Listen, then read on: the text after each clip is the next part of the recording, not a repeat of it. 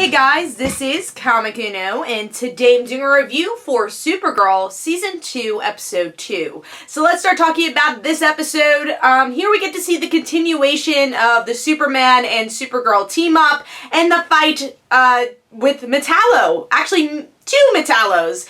And learning a little bit more about Cadmus and how there was a mole in the DEO, but especially just kind of reestablishing relationships. Kara's obviously, her obvious connection with Clark, with her heritage and being a Kryptonian, but also, you know, Alex feeling left out because of it, and Kara at first saying, hey, you know what, my life's not really going great here, I'm gonna move to Metropolis, and then Alex gets upset about that, but then this episode's also about learning how Supergirl is needed for her own city, and not really just her own city. I feel like that was what Season 1 was about, but really just her own family, her own friends. And by the end, Supergirl and Superman are able to save the day, but not by just being Supergirl and Superman. It's by the allies that Supergirl has made. Obviously, her sister Alex, and also Martian Manhunter.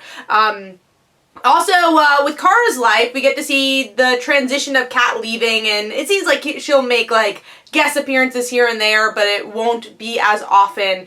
And seeing Snapper Carr as Kara's new boss. Not really boss, because he doesn't even want her to work there. But by the end, they're able to figure it out. And James is the new Cat Grant of Catco, which is cool because I feel like James wasn't even in this episode, so it's nice to see him have some sort of role, both for Winn and James. I was very impressed with that because in the premiere, I was upset that Winn and James and even Alex weren't really utilized as characters, and I will say, yeah, James wasn't utilized in this episode, but it was a setup for him to be utilized in future episodes, which I liked. And then Winn was fun, and I loved his interaction with Clark, and I do like him in the DEO a little bit more because he's able to be a character more than just a love interest or just a friend.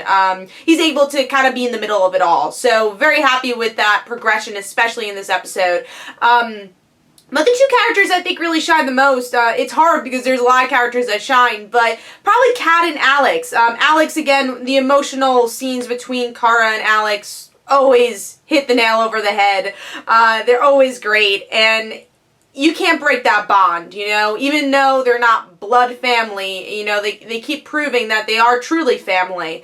And then with Kat, you know, that emotional kind of daughter-mother type moment they had was so sad. I mean, just seeing her leave, but then I just wanted Kat to say, yeah, I know you're Supergirl, because I feel like we do know she knows that she's Supergirl, but she's like playing around and saying, yeah, Supergirl and Kara are not the same person. So I'm hoping in the future, maybe when she does come back, we'll kind of resolve that and say, yeah, I know, but I'm not going to say anything. But I wanted that moment, especially when Kat was saying, oh, you know, my real name's Catherine, and then Supergirl says, I'm not saying my real name, just want you to know that. But then even Supergirl and Kat's relationship is a lot of fun, and seeing how much it's grown since Season 1. But something I really liked in this episode was the utilization of the Kryptonian heritage, which I feel with Season 1 wasn't really touched upon, because it was Kara trying to be Supergirl, trying to be the superhero. But now it's really getting into the roots of, you know,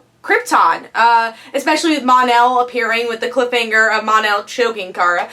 We'll see where that goes, and they have a fun relationship. But yeah, even Kara like speaking Kryptonian for this first time on the show, I want to see more of that because it just reminds us, yeah, she was from another planet. And I love that. I love seeing, like, you know, maybe written Kryptonian, just speaking Kryptonian. Really enjoyed that. We saw that with Martian Manhunter and Kara.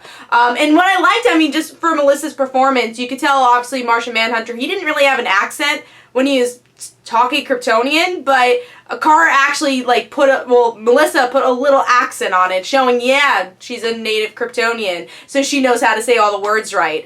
So I really, really liked that. I thought that was cool. And then them even ending their thing where it's like, oh, bye Kara, bye Kal-El, you know, I like those small moments to show the Kryptonian heritage, which hopefully we get to see even more of in the future, again, with Mon-El's character now. And then even the fun transition shots, I mean, the small things. There was a lot of fun shots here where, yeah, the homage to Crisis on Infinite Earths, even though, you know, that's been teased and I wanted more from that, I thought it'd be like life and death situation there. It was kind of life and death, but maybe because there was so much hype surrounding it, I was a little underwhelmed with that scene. But then even the quick change that Kara went through where she talks to Kat as Supergirl and then turns into Kara, and then Clark does the same thing to talk to Perry White. Just small moments like that were amazing. And also this episode was funny. I feel it wasn't forced funny either. Some dramas do that. Even some superhero shows do that, where it feels very forced. The humor is not actually funny. Here I laughed out loud a couple times because the humor is very well done for Supergirl. So overall, I had a blast with this episode. I'm really glad that this focused on the supporting characters a little more than episode 1, and it gives the promise that Clark can show up again in the future, but this is still Supergirl's show. So I really enjoyed this episode, and of course can't wait to see where it goes. So hopefully you guys enjoyed. This is Comic Uno. Don't forget to follow me on Twitter. Don't forget to like my Facebook page. Also, description below, there are links for my comic book, Like Father, Like Daughter, and don't forget to like the Facebook page of Like Father, Like Daughter, and I'll see you guys later. Bye.